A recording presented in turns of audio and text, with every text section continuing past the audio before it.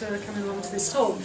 Like Sue said, I'm a second generation dowser, and I'm going to introduce some different concepts about water and about chakras to you, and about sacred sites such as Avebury, because my love and my passion is with sacred sites. Yeah, I love Stonehenge, I love Glastonbury, I love all of these places because they're gateways, they're portals to change. Yeah.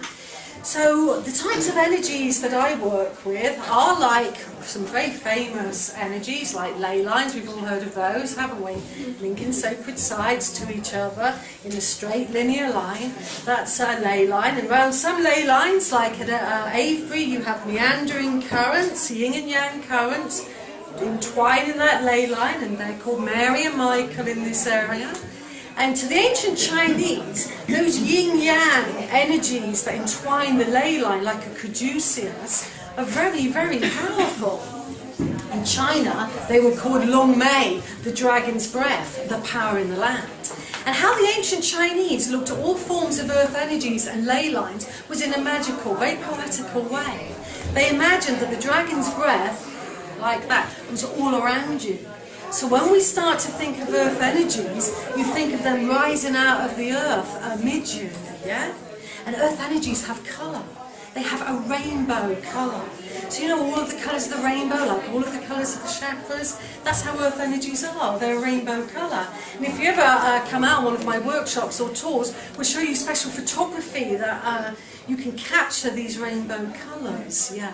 So earth energies, they're very, very magical. They're the dragon's breath. And also with earth energies, you've got the leys, you've got Long Mei. The most powerful form of earth energy is a spiral pattern, yeah? It's a spiral like this, and spirals are forever, ever moving. And at Avebury, at the pyramids, in Mexico, in the Holy Lands, the Knights Templar, the Masonic Brotherhood who build lodges, the dreaded Illuminati, they all build their constructs above the spiral pattern. Yeah? It's a really, really strong pattern. And even Hamish Miller, and I expect a few of us have heard of Hamish Miller, a very famous dowser, yeah? Yeah, knew him, fantastic chap. Even Hamish Miller said that one energy pattern, a spiral, will cause Mary and Michael to veer off in another direction. It's the power in the land. And here at Avebury, the geospiral pattern is where the obelisk stone is. In the southern inner circle, you have a concrete marker erected in the 1930s by Alexander Keeler, and that marks the geospiral pattern. So what causes this? What causes this type of earth energy, for example? What causes this vortex motion in the land? Well, in England, we all know what rainwater's like, don't we? Yeah? It falls from the sky and it fills up the aquifers, and it makes underground streams, doesn't it? A geologist would tell you that, and I would agree with that and say, yeah, that's one type of water. But to a second generation water diviner such as myself, we say there's two types of water. That's yang water that falls from the sky, and where that goes through the earth and underground streams, that causes geopathic stress. You don't want to live above that, yeah? It's not too good. There's another type of water, a very sacred type of water that we call yin water. And yin water is made chemically deep within the earth. A geologist would now say, Maria, that's mental. That's where water comes from. But to ancient water diviners, the Earth Mother, she makes fluids within her body. And where that type of water breaks through to the surface, that's your sacred spring. Where that type of water is bored, that's your holy well. Yeah? And you know, I've been saying this for many, many years, yeah, to lots of different people and in lots of different countries and things. And sometimes you met, like, oh, especially against, you know, left-brain scientists, they go, oh, there's no such thing. But there's a doctor in America, head of a university, called Dr. Gerald Pollack, and he's just realised water under pressure, yeah, really sustained water in the earth that goes shh and comes up and breaks through in that spring. It's not H2O, it's H3O2. And H3O2 is that healing water of the earth. Now, you don't have to drink that water, you can stand above it, yeah, because these represent earth chakras. those spiral energy points are chakras. So they're kind of like earth chakra points. So we can interact with these earth chakra points. We can interact with that energy just being in that energy field. So, for example, how the ancient Druids of this land looked at these spiral energy points was, okay, that's an earth chakra, yeah? And Avebury, it's the heart. It's the heart centre. We can start to interact with these energies by literally standing on the spiral pattern. That's standing within about 20 metres of the obelisk stones. That's quite some distance, bigger than this room. Geospirals are huge spiral patterns. You can stand on that energy field because the ancients, like the Templars and other ones, thought anything in that energy field begins to heal. Yeah. So you could place water by the obelisk stone, you place yourself by the obelisk stone, and you start to self-heal. Well, there was a lot of evidence for this from the Second World War, because there was a very famous master dowser called Guy Underwood. And Guy Underwood did a lot of research into this spiral pattern. And it must have been in the late 80s, there was a chap from Glastonbury called John Martineau who just happened to be by a bonfire. And there was this like ramp and chucking stuff on the fire. And he had a look at what was going on the fire. And it was all these unpublished surveys of ancient sites worldwide that this guy called Guy Underwood did. So he saved all of his manuscripts. And because my late father was considered a master dowser, he said, look, have all of these surveys. And so over the past sort of like 40 years, a lot of research has gone into Underwood. And just after the Second World War, he interviewed all the survivors that came from France, well, the majority of survivors that had gone through D-Day in France. And he said to some of them, what was your experience? And they all started to say a similar story related to the spiral pattern. Yeah. They all said, 9 times out of 10, we used to lie down where the cows or sheep laid. Yeah. Now, to ancient farmers in this country, you'd build your farmhouse where the sheep doth lay. In ancient China, in India, where the cow doth lay, that's really considered really good energy, because animals know what's good for them. Half the time we don't, do we? But animals know what's good for them. So wherever they would lie down, the soldiers started to lie down by them. And then they would wake up the following morning, and bear in mind it's cold, it's windy, you've got a backpack, you're facing possible death. It must have been a very fearful moment for these guys. But nonetheless, they got up feeling really good, refreshed. All their aches and pains had gone. And so Guy Underwood started to look into this and found out there was the healing properties of the spiral. But more than that, if that's not magical enough, a woman would come to them in their dreams. It could be their mother, their lover, their aunt, whatever.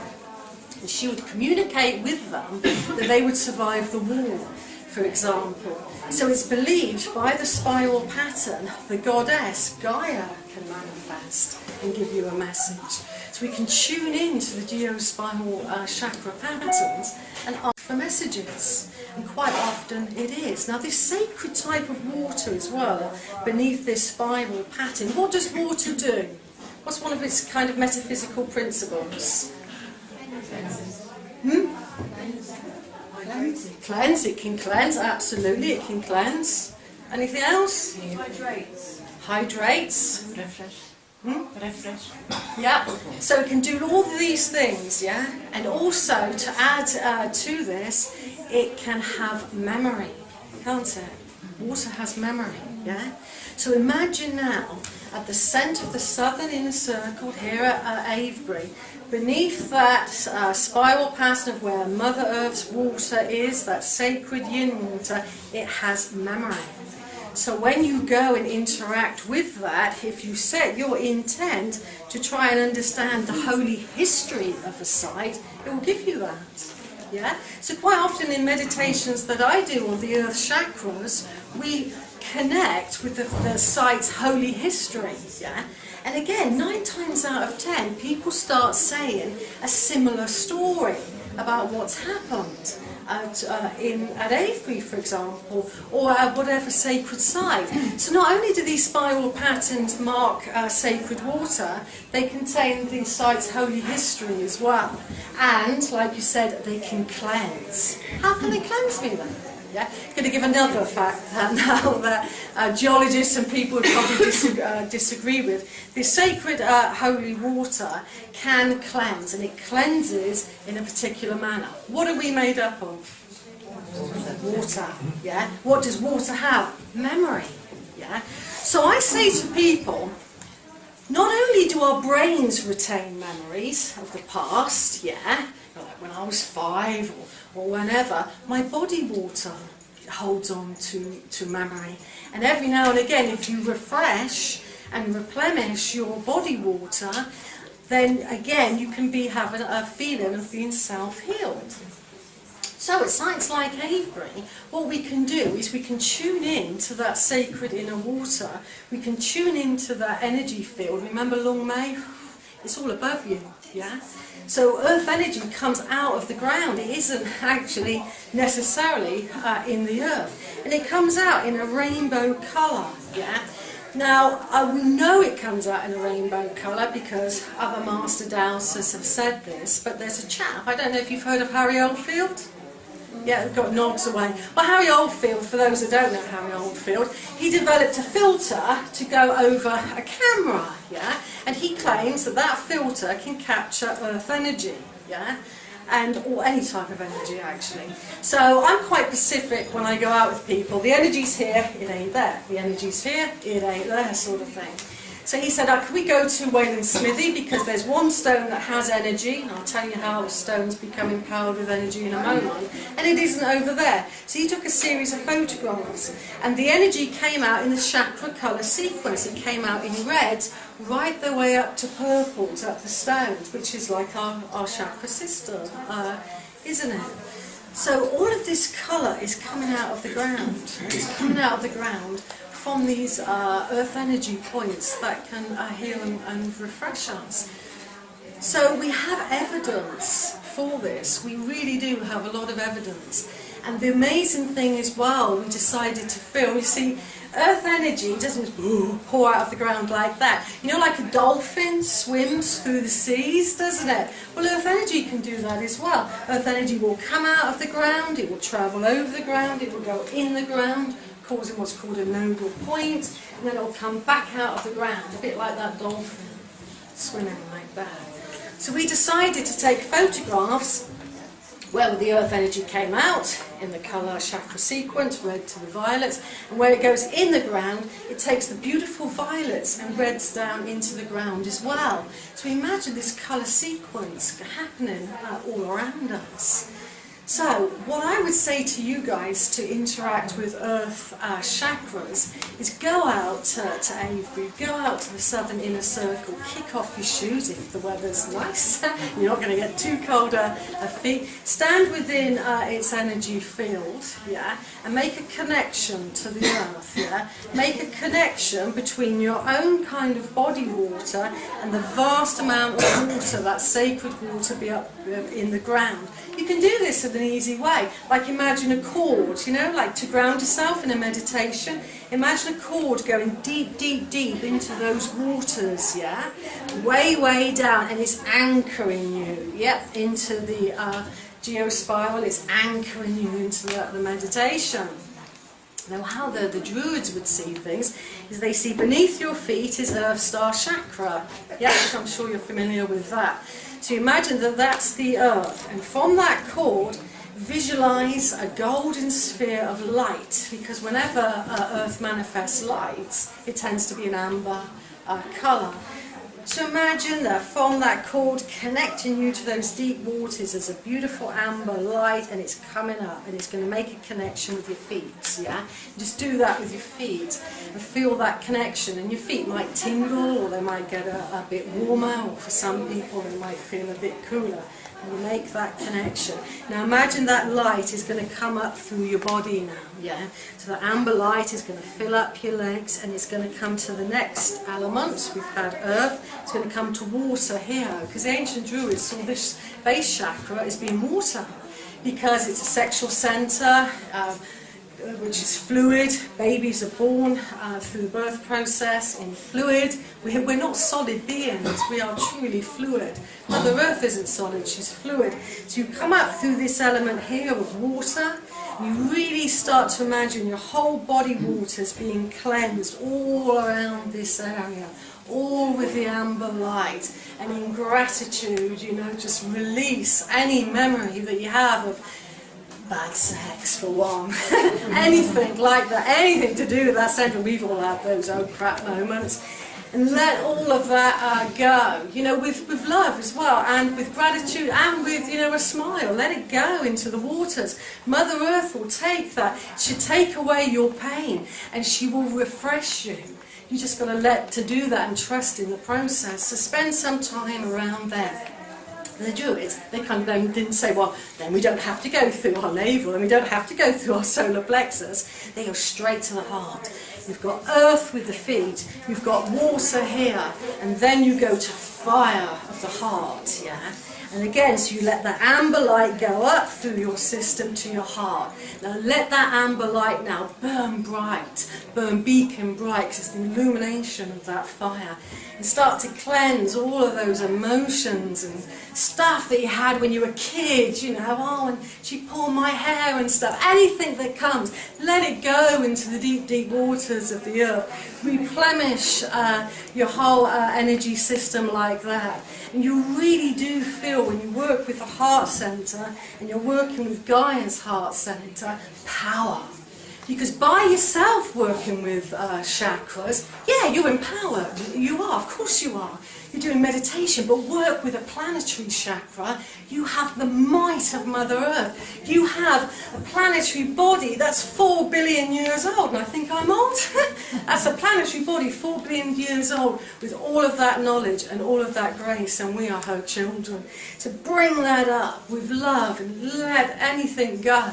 And then the Druids, again, they kind of skip things now. They go from the heart and they go way up here to air.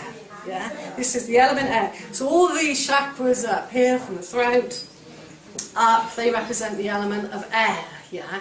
So again, you let the amber light come up here and come all the way up, and then just connect to your crown, open up, and then let all of those negative thoughts that you have about yourself. I mean, sometimes we wake up, don't we, and we feel, you know, oh, this and that, we might moan about this and that. Anything that's in your space now is affecting your waters, let it all go out, yeah? And just in that moment of sheer love and gratitude of working with the planetary chakra, bring in what it is you need in this centre. And also, when you're cleansing the element air, you're cleansing your third eye. You'll see beacon bright soon. You're cleansing your connection with Great Spirit or God or the management, as Hamish used to call it, whatever you want to call that. And bring in an extra bit of light, and then ooh, just let it all go back down through the system, and then give that love back to Mother Earth. And you can do that at any centre of a site. Because what the ancients were doing when they were making places like Avebury and Stonehenge and the pyramids and Templar churches in this area, they looked for the esoteric centre. And that geospinal pattern represents the esoteric centre. Because I can tell you, as any archaeologist would, that the obelisk stone in the southern inner circle ain't at the centre. It's not at the geometrical centre, it's off-centre. Go to Stonehenge, the altar stone, that's not at the centre, it's at the off-centre.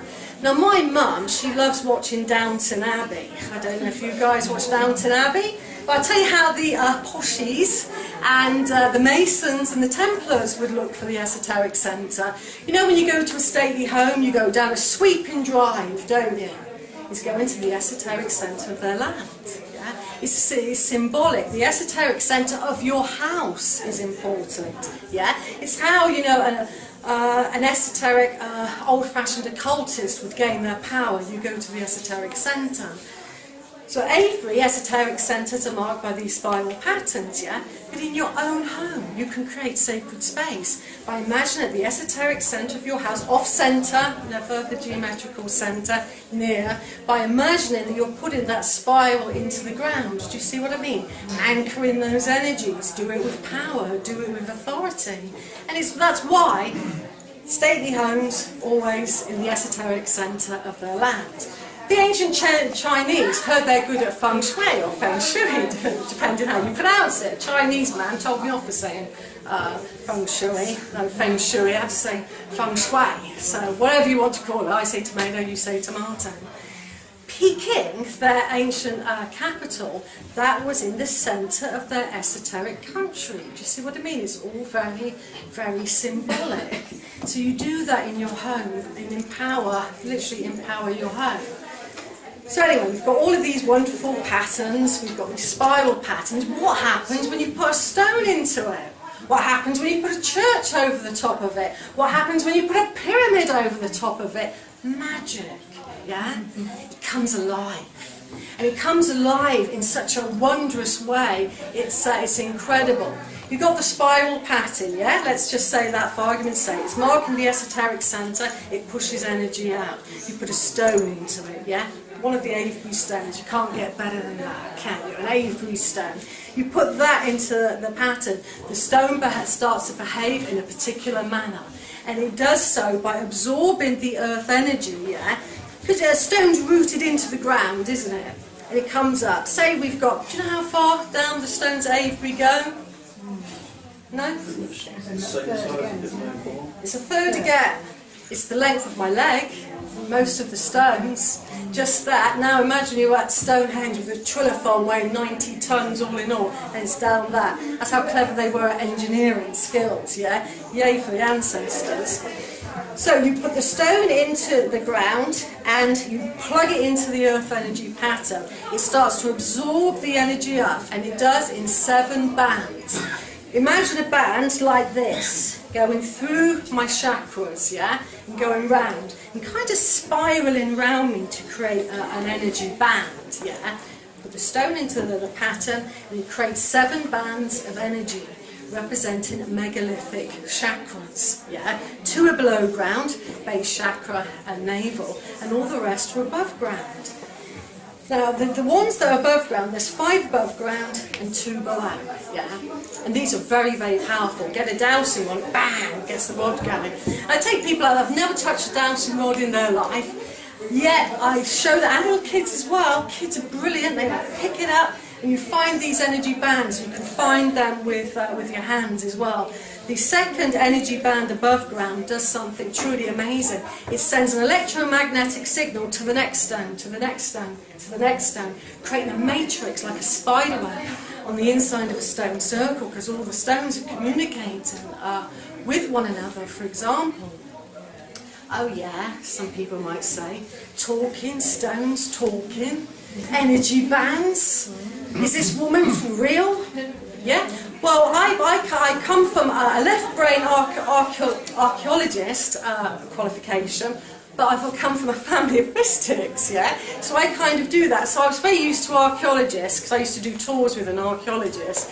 And then we'd go to the pub afterwards, and they'd always say, oh, everything with humour is anecdotal, touchy-touchy, feely-feely. And it peed me off. Because I was always the butt of the joke. So I said, right, to quite a famous archaeologist of this area, 100 quid, bets you that's for real. Game on.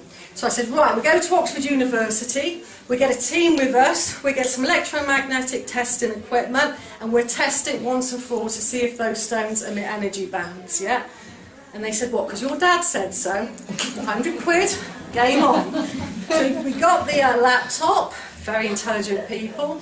I had to douse the bands, it's here, and with a very light piece of chalk, just did that so they could then measure it all. They did a control, because you have to have a control in the science way of thinking, and they started to measure it. But they're really clever chaps, because they made it audible, so we could hear it, so it would go to a buzz effect basically. So if it hit a band, it'd go zzz, and if it didn't hit a band and it wasn't an electromagnetic signal, it'd go really quiet. That's how it was, yeah? And there was me and Busty, and this chap was called Rodney Hale, and I was looking really confident, but then I was thinking, oh no, please, yes, we've all doused it, we've all doused it. You do have that questionable moment.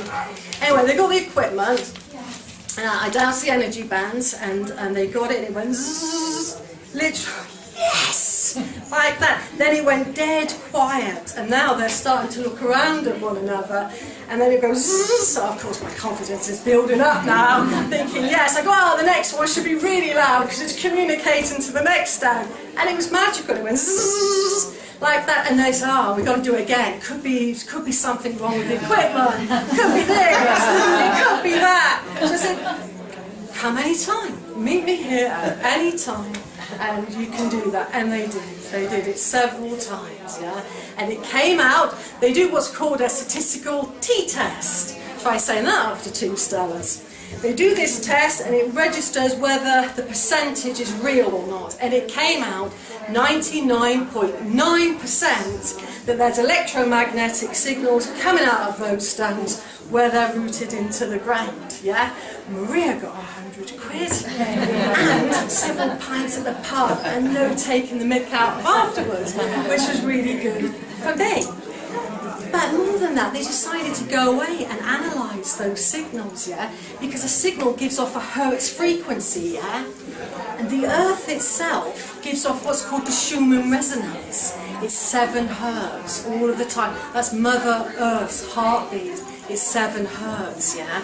We were wondering what the Hertz frequency was of these amazing signals that were coming out of the ground.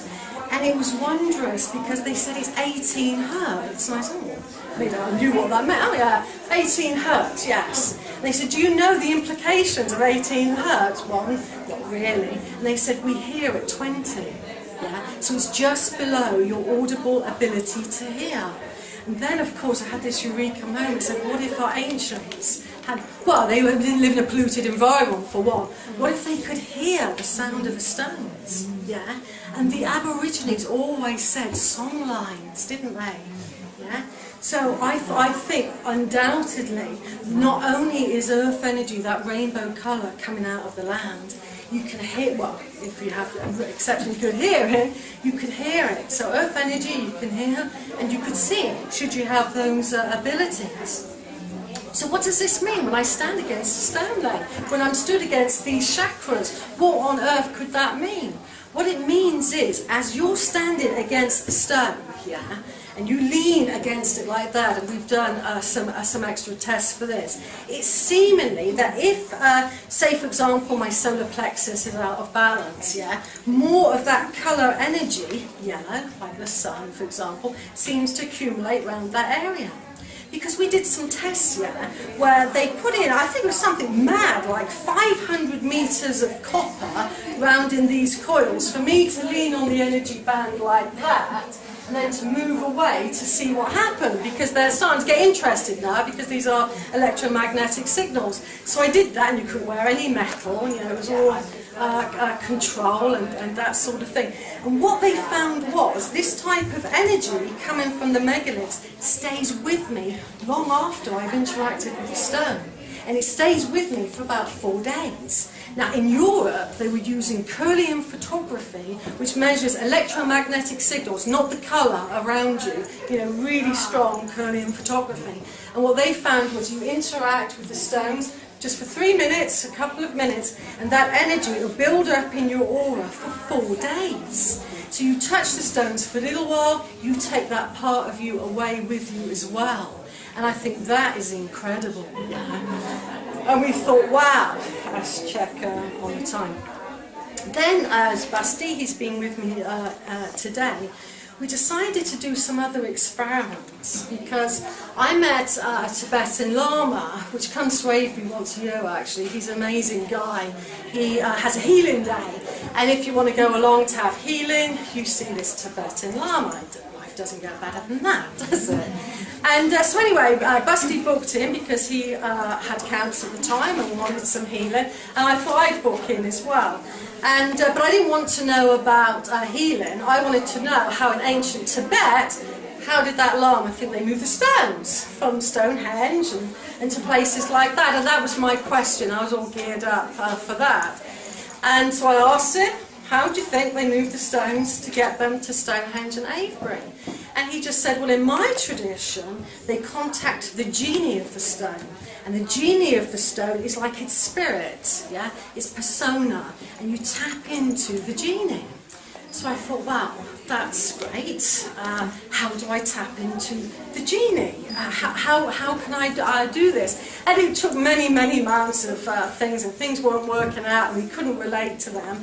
And then I suddenly remembered that these energy patterns, these geospirals, change direction of their directional flow 6 days after a new or full moon.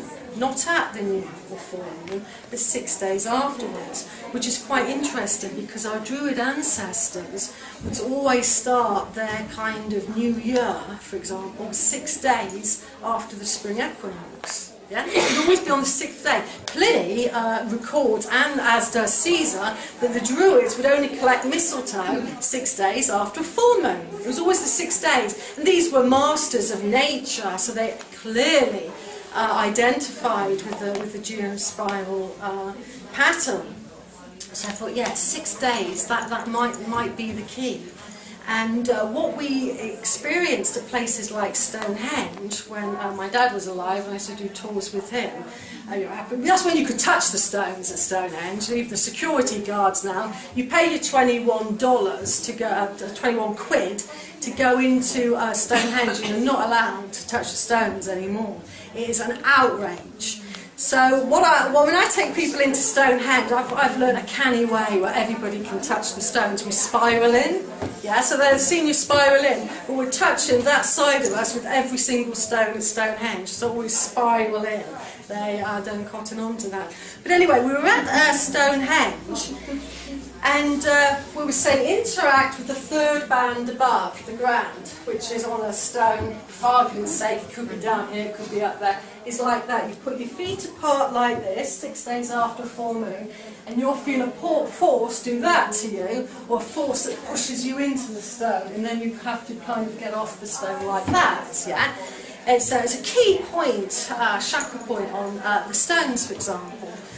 Anyway, at Stonehenge with Dad, no insurance in those days because this is the early 90s, no nanny state as such, and there was this pagan, lovely chap, lovely looking chap actually, but garbed with all of these pentacles and dragons and rings and, you know, just full up of all this amazing jewellery. And we're saying, oh, you know, we're going to interact with this energy band now. And we described how to do it. He wanted to go first. We thought, yeah, let him go first. And then he was thrown back about 3 to 4 feet and just missed a stone, a recumbent stone on the ground. We thought, wow, something is going on there. So when Busty and I were trying to do the further experiments, we realised the 6th day is important. That's when it pushes you in or out of the stone. Now Busty works at Thruxton, which is an airport. Yeah, it's an airport in Hampshire. And he's a pilot himself. So you can get some equipment that can register things like weight and weightlessness. Yeah. So what we decided to do was, I wonder if those bands can make something lighter or heavier, depending on the phase of the moon. Yeah, and that was like the intuitional moment. So anyway, so Busty went on to the stone. We started to measure his weight, and remarkably, and talk to him about this, remarkably, within 3 minutes, well, less than that actually, here remember, I think it might have been a minute and a half, he gained 3 stone. Yeah, instantly put the weight on. And as soon as he moved away from that interaction point, his weight went back to normal. So I thought I'd give it a go. I'm always trying to diet and lose 100 pounds. So I don't want to put on 2 stones. He goes back to normal anyway. And I interacted with the stones, and Busty said, you're losing the weight. Yay. And I lost 4 or 5 pounds. So we started to really interact with this nodal point and discovered that that can change weight. And I'm sure that's what the Tibetans were talking about. It's the genie of the stone. Now, we were talking about frequencies earlier. Has anybody interacted with the Mary or Michael currents? Yeah. Well, Mary and Michael, those two entwining currents that go around the St. Michael ley line, which you can see in the pub now, they've got the ley line in the pub, haven't they? But just imagine two interacting currents going through. At Avebury, they do somewhere where they don't do anything else in the world. That's fantastic. At the portal stones, the southern entrance, those two gigantic stones, one of which is called the Devil's Chair, isn't it? They come together as one, representing balance and harmony in an alchemic marriage. They come together as one and then they flow through sight. I'm with said team that do the experiments, so I thought, wow, maybe I can shift their reality away from just stones into earth energies and see what we get, yeah? That was the kind of idea behind it. So we put in, my idea was, we go right to the obelisk stone. It's above the geospiral earth chakra. It also has Mary and Michael there. Got to pick up some signals there. Now, don't tell English Heritage or the National Trust this, but we had copper probes about that long to go deep, deep, deep into the ground, yeah, to see if we could register any signals. So we put the probes in, I'm thinking, got to get something here. Bang! All the equipment just blew. Oh no, so they're fiddling around with it and they've got to get it all back, and I'm saying, well, move over a little bit this way and put the equipment back into the ground. Boom! It went again. So I thought, oh, I'm not waiting another 45 minutes to get this right, where can we go? So I thought we'd go just on the Mary current, because traditionally the female dragon lines that flow through the land, globally, across the world, is said to be more gentle, a little bit more kind of healing. So I thought, well, what we could do is put the probes into the Mary current and we'll see what we get.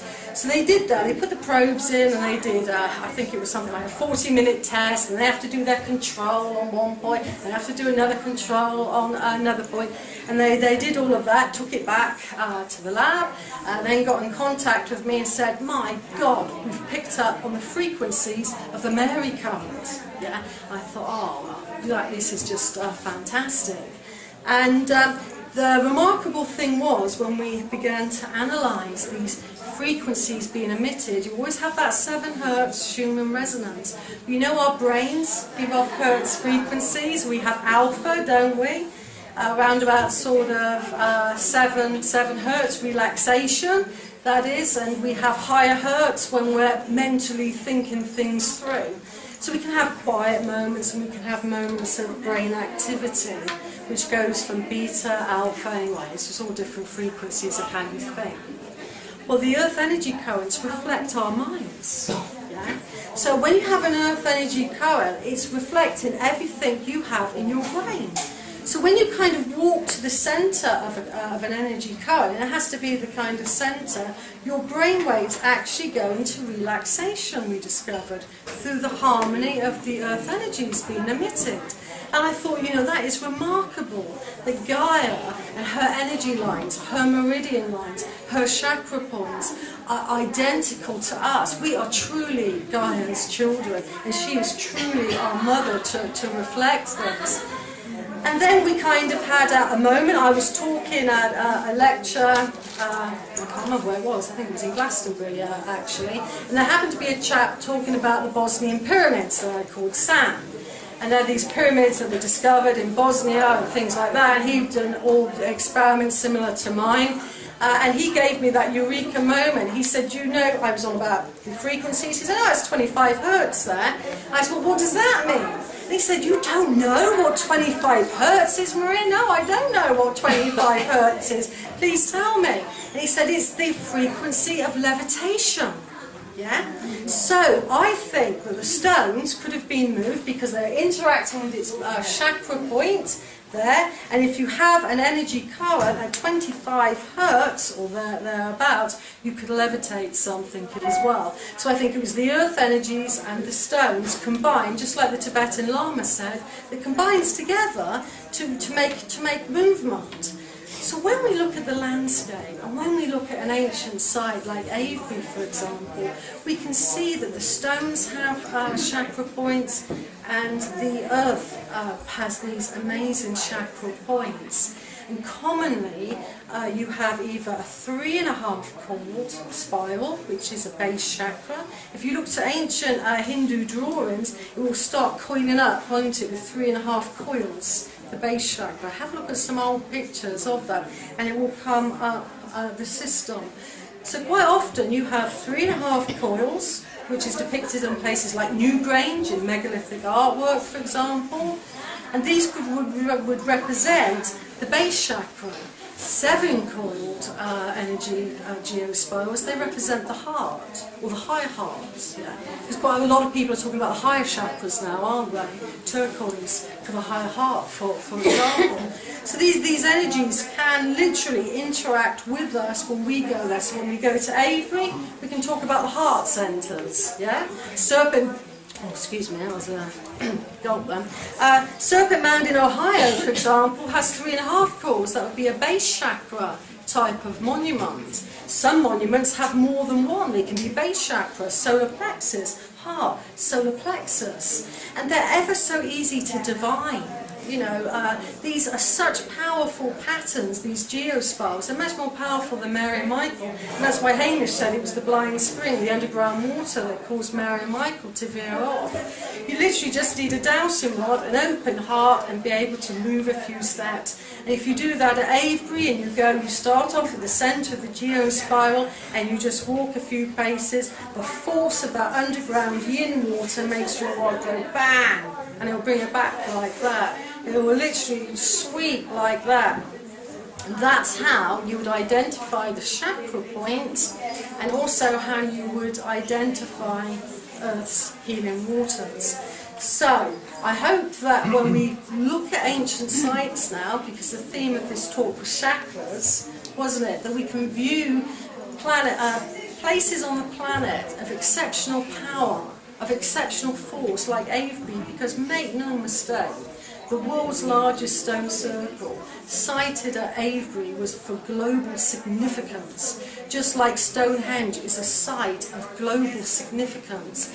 And together, all of these ancient sites together created a kind of web, if you like, of energy centres and energy power, just like Silbury Hill, for example. And our ancients identified these power places, put their monuments on them, and brought them to life with Gaia's living energies. So it wasn't just a case of, you know, I think I'll put a stone circle there. I mean, take Stonehenge, for example. Have a real look at that landscape. It's on sloping ground. Yeah? It's on sloping ground, so much so that one lot of stones got to go in the ground a bit further than the others to create that perfect circle. If they wanted a better place, then they would have gone further up the hill. It would have been more level. They'd gone further down the hill. No, they plugged it in there because of the geospiral phenomenon. And our ancient ancestors were aware of that. How do I look for it? Yeah? Well, now I used to do a lot of water divining. I don't now. I don't like the whole boring process into Gaia. But I teach water divining. One way that got people from South Africa, we used to teach a lot of people to dowse from South Africa. And how long have we got left? Or have we gone over? No, it's about 15 minutes. About 15 minutes, yeah. Okay, great. So, yeah, when we kind of, let's go back to a concept what you can take away with you, because I think this is important. When we look at these ancient sites and places like Avebury, root yourself in really to these energies, and like I said, make them come alive through your body, because what the ancients were looking for, like I said at Stonehenge, they were looking for these energy patterns to root themselves in. If you root your bodies literally into these sites and into the energies, they will absorb through you. Take that away with you when you go to an ancient site, for example. Then if we look to the Templar churches, yeah, there's loads in the area. Yeah, I mean, you've only got to go around Avebury and you start to see the Templar symbols. And the Masons, they're great in a way, because they just put the diviners right in the window like that to say that this is sacred space. You know when some churches and mosques and buildings have that dome effect, like that, yeah? You know West Kennet Barrow would have been originally corbelled roofed like that, creating that kind of dome effect. That creates earth energy to spiral within that environment. Yeah. So again, if you went to a place like West Kennet Longbarrow rather, and you stand in the far chamber as you go in, slightly to the right hand side, you'll notice a dip in the ground where everybody naturally goes to.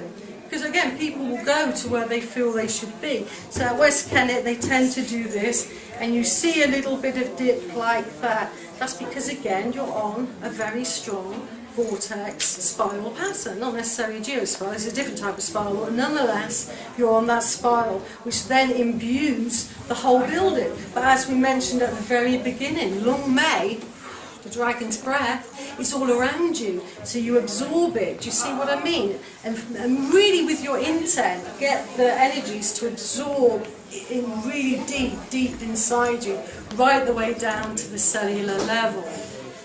One of my favourite sites in the area is Stony Littleton Longbarrow. Yeah, who's been to Stony? One person there. Stony Littleton's amazing. It's in Sunset. Yeah. And you have to just come on my workshop tours to Stony Littleton. Well, yeah, that's what you all have to do. And it's a barrow like West Kennet Longbarrow, which I'm sure we're familiar with West Kennet Longbarrow, aren't we? Just up the road. Well, Stony Littleton is a long barrow, just like that, but instead of being able to walk into it, a bit like the Scottish barrows that you go into, like Maze Howe and other ones, you have to bow to sacred space. So you have to get down on your hands and knees and crawl to the length of this building to get to the chambers, yeah? And all of the chambers are corbelled round like this, and there's enough room for a person to sort of crouch in that energy field, if we look at it as an energy field, and start to absorb that energy. Now, if you when you want to pick up on earth energy, start with your hands like that, really out, yeah? So that, and then go down with your hands like that, and then start to feel at places like West Kennet or the Obelisk Stone, like this. So you start like that, so you kind of get a bit of a feel, and then with your hand come up, yeah? And do that a couple of times so you attune into the energy, you attune into the energy field, and do that. Now once you've done that a couple of times, let your hand be guided to where your hand wants to go. So for example, it might be that way, yeah? And just let your hand do what it wants to do, because you've attuned into the energy. And again, 9 times out of 10, your hand will start to do that. And go away in one direction. And do that a couple of times so you get used to feeling the energy field. And then let your hand just do what it wants to, and you'll find it begins to follow a spiral pattern. Yeah? And if you do that above Chalice Well, it's very, very powerful, because that's really above some sacred water. And I always get people to spiral there. And in fact, it was only last year when I took a group of American nurses, which I work with, because we believe in these energies, and they incorporate it into the hospital agenda of where to place the beds and things like that. We do all bed placement. But anyway, we've done the spiral energy, and I remember saying to Bassio, I take a photograph with my phone like that. Got my phone like that, boom, my phone blew. I've got through 4 cameras, a phone, with these earth energy patterns. But over these power places, my point is this: interact with the earth energy. Don't think of it as something 2D on paper. Don't think about it intellectually. Experience it, yeah? And once you experience it, you'll realise that it does interact with you. It does change. Don't just think about, you know, these magnificent points. Interact with them. And remember what we said from the get-go. As soon as you interact for a couple of minutes, you take that energy away with you. And 4 days later, it's building up. And again, I've got Curlian photographs of all of this. And that's why I decided many years ago, when, you know, when you get your website together, I thought, what am I going to call it? And I thought the Avebury Experience, that's my website, because to really understand earth energy, it's about experiencing it, yeah?